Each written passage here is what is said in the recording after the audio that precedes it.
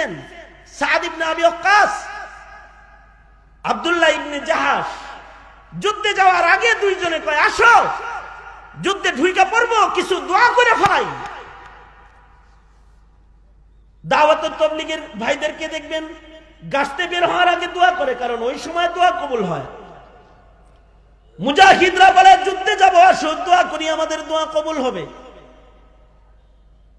তবে আমি দোয়া করব, আমার দোয়া তোমারে শুনতে দিব না, তুমি আমিন বলবা। আর তুমি দোয়া করবা মনে মনে, তোমার দোয়া আমি শুনবো না, আমি শুধু আমিন বলবো। তুমি মুজাহিদ, আমার দোয়া কবুল হওয়ার জন্য তোমার আমিনটাকে সাহায্য হিসাবে নেব, আর তোমার দোয়া কবুল হওয়ার জন্য আমি আমিন বলে সাহায্য করব। তো দুই সাহাবী দোয়া করলেন। আব্দুল্লাহ ইবনে জাহাশ, সাদ ইবনে আবি ওয়াক্কাস দুইজন যুদ্ধের ময়দানে ঢুকতেছেন। ঢোকার আগ দিয়ে বলে, ভাই একে অপরের দোয়া করলাম, দুইজনে আমিন বললাম। কি দোয়ায় আমিন বললাম একটু শুনতে মনে চায়। আপনি কি দোয়া করেছেন? আমি যে আমিন বললাম। আর আমি কি দোয়া করেছি আপনি আমিন বললেন, একটু শুনলে ভালো হইতো না? আর দেখা হইব কিনা জানা নাই।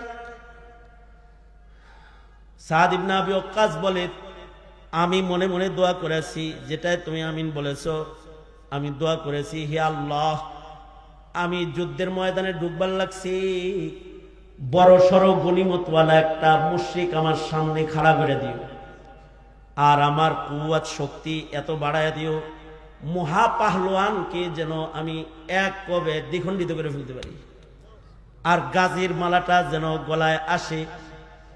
গরিব শরীফ কাউরে দিও না, ধনী একটারে সামনে দিও, যেন গনিমতের মালও বেশি পাই, নিজেও উপকৃত হব, মদিনার দরিদ্র যারা তারাও আমার দ্বারা উপকৃত হবে, আর ইসলামের বিজয়ের ডঙ্কা বাজবে। আমি এই দোয়া করেছি, তুমি আমার এই দোয়ায় আমিন বলছো।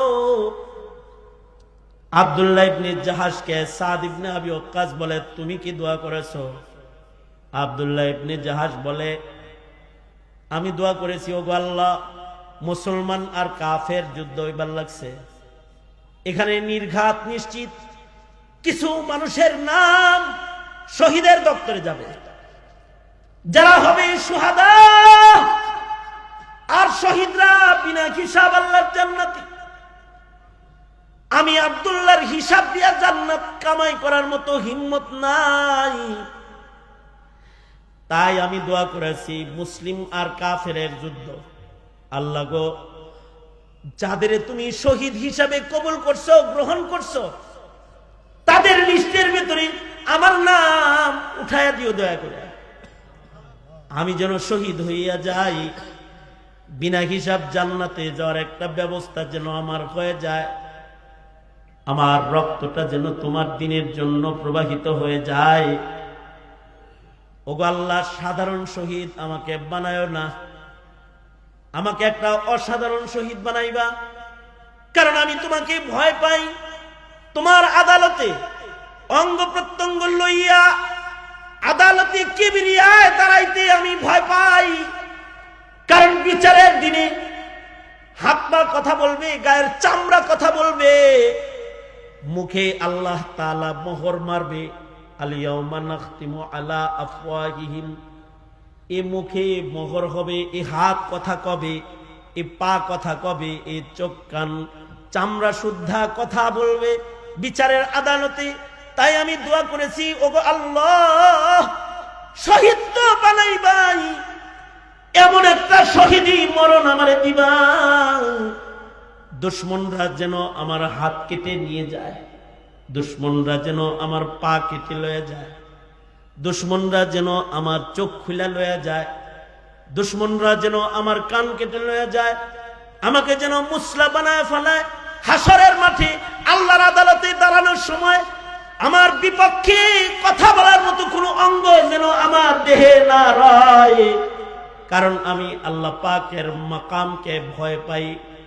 ওয়া আম্মা মান খাফা মাকাম রাব্বিহি ওয়া নাহান নাফসা আনিল হাওয়া ফাইন্নাল জান্নাতা হিয়াল মাওয়া ওয়া লিমান খাফা মাকামা রাব্বিহি জান্নাতান ওয়ালিমান খাফা মাকামা রাব্বিহি জান্নাতান।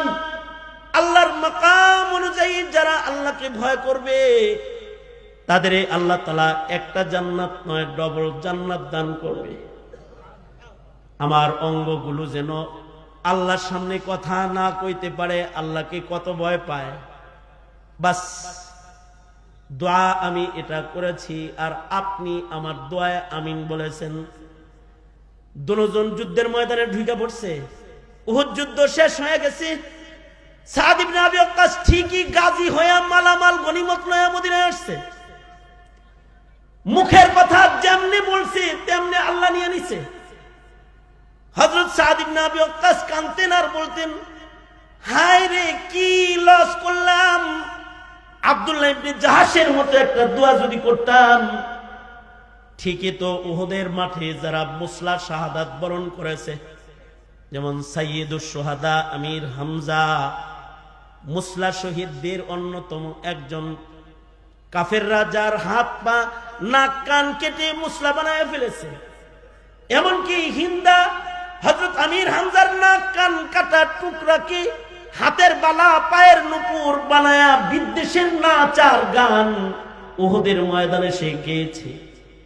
বিদ্বেষের প্রচুর হালাত, শক্ত হালাত তাকে এমন হিংস্র করেছে যে হযরত আমির হামজার বুকের উপরে বৈশা সিনাটা ফাইরা সাইয়্যিদুশ শুহাদার কলিজা বাইর কইরা দেহ থেকে আলাদা করে ফেলেছে। চিবায়া চিবায়া বিদ্বেষের কারণে সাইয়্যিদুশ শুহাদার কলিজা খাইছে।